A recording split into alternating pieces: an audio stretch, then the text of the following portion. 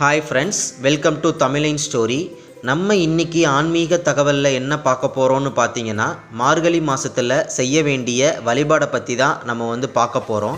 அதாவது நமக்கு மார்கழி மாதம்னா என்ன ஞாபகம் வரும்னு பார்த்தீங்கன்னா, அதாவது காலையில் விடிய காலையில் நம்ம வீட்டு வாசலில் கலரில் கோலம் போடுறது, அதுக்கப்புறம் கோவிலில் இருந்து கேட்குற அந்த சாமி பாட்டு, அதுக்கப்புறம் குளிச்சுட்டு நம்மளும் சீக்கிரம் குளிச்சுட்டு போய் சாமி கும்பிட்டுட்டு பொங்கல் வாங்கிட்டு வருவோம். இதெல்லாம் நம்மளுக்கு பொதுவாக மார்கழி மாதத்தில் நம்மளுக்கு ஞாபகம் இருக்கக்கூடிய விஷயங்கள். அப்பேற்பட்ட மார்கழி மாதத்தில் நம்ம செய்ய வேண்டிய வழிபாடை பற்றி தான் இந்த பதிவில் நம்ம பார்க்க போகிறோம். அதாவது மார்கழி மாதத்தில் விடியற் காலையில் நம்ம எந்திரிச்சு குளிச்சுட்டு கோவிலுக்கு போகிறது மிகவும் நன்மைன்னு சொல்லுவாங்க. ஏன்னா தெய்வத்துக்கும் தேவர்களுக்கும் உகந்த மாதம் தான் இந்த மார்கழி மாதம். அதாவது விடிய காலையில் எத்தனை மணிக்கு எந்திரிக்கணும் அப்படின்னு பார்த்தீங்க அப்படின்னு சொன்னால், பிரம்ம முகூர்த்தம் அந்த சமயத்தில் நம்ம அதுக்கு முன்னாடியே எந்திரிச்சு குளிச்சுட்டு சூரிய உதயம், அதாவது அதுக்கப்புறம் நம்ம எந்திரிக்கவே கூடாது. அதாவது 5:30 மணி, அந்த 5:30 மணி தான் பிரம்ம முகூர்த்தம். அதுக்குள்ளேயும் நம்ம என்ன பண்ணணும் அப்படின்னா, வீட்டில் சாமி கும்பிட்டுறணும்.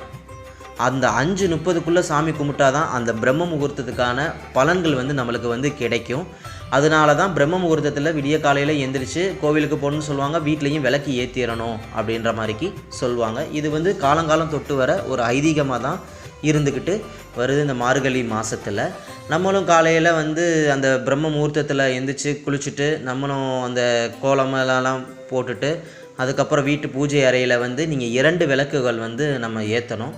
அந்த 2 விளக்குகள் பூஜை அறையில் நம்ம 5:30 மணிக்குள்ளே ஏற்றிடணும். ஏன்னா இந்த நேரத்தில் தான் எந்த ஒரு நேர தட்டுப்பாடு, இந்த கெட்ட நேரம் அப்படின்னு சொல்லுவாங்களா, அந்த மாதிரி எதுவும் இல்லாத நேரம் தான் இந்த பிரம்ம முகூர்த்த நேரம். இந்த நேரங்களில் எந்த தடைகளும் இருக்காது. அதனால் இந்த நேரங்களில் நம்ம சீக்கிரமாக இந்த விளக்கை பிரம்ம முகூர்த்தத்தில் நம்ம ஏற்றிடணும். இந்த பிரம்ம முகூர்த்தத்தில் இது மிகவும் குடும்பத்துக்கு நன்மைகள் செய்யும்.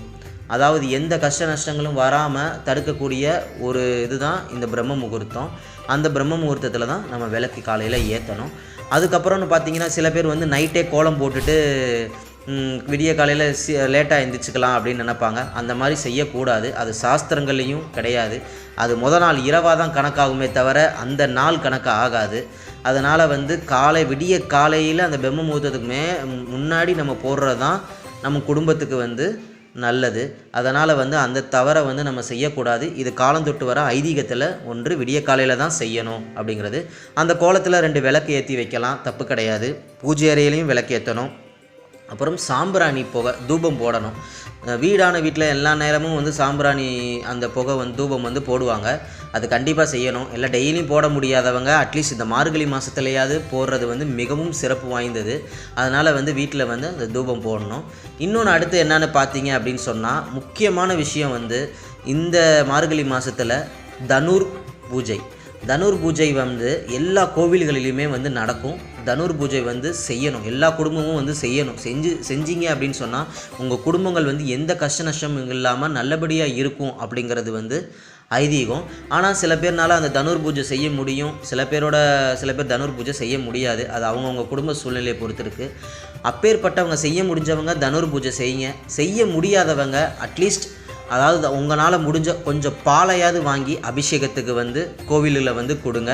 இது மிகவும் சிறப்பு. உங்கள் குடும்பத்துக்கு நினச்ச பலன்களை நம்மளுக்கு கொடுக்கும். ஏன்னா இந்த மார்கழி மாதத்தில் பிரம்ம முகூர்த்தத்தில் அந்த விளக்கை ஏற்றி நீங்கள் கேட்குறது எல்லாமே நிறைவேற்றி இறைவன் தருவார் அப்படிங்கிறது தான் இந்த மார்கழி மாதத்தோட முக்கியமான ஐதீகம். அதே போல் தான் கோவில்களில் தனுர் பூஜை செய்வதும் மிகவும் சிறப்பு. அதை தான் சொல்லியிருந்தேன். உங்களால் முடிஞ்சுன்னா தனுர் பூஜை செய்யுங்க.